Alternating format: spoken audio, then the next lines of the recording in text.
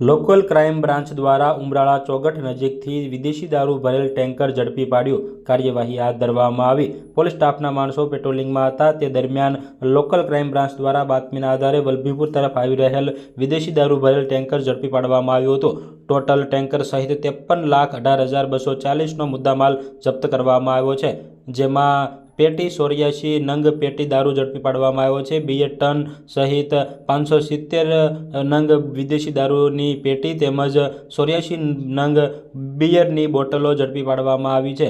બિયરના tin સહિત ઝડપી લઈ કાર્યવાહી હાથ ધરવામાં આવી છે, જેમાં લોકલ ક્રાઇમ બ્રાન્ચ સ્ટાફ જોડાયો હતો અને ગુનો દાખલ કરવામાં આવ્યો છે, જેમાં કનારામ જય રૂપારામ કાલર તેમજ રાજેશ આશુરામ રાણા તેમજ રાજુ જાટ રહે રાજસ્થાન તેમજ રંગોળા ચોકડી ખાતે પાર્ટી લેનારને પકડવાના બાકી, ત્યારે તમામને વિરુદ્ધ ગુનો નોંધી કાર્યવાહી હાથ ધરવામાં આવી છે।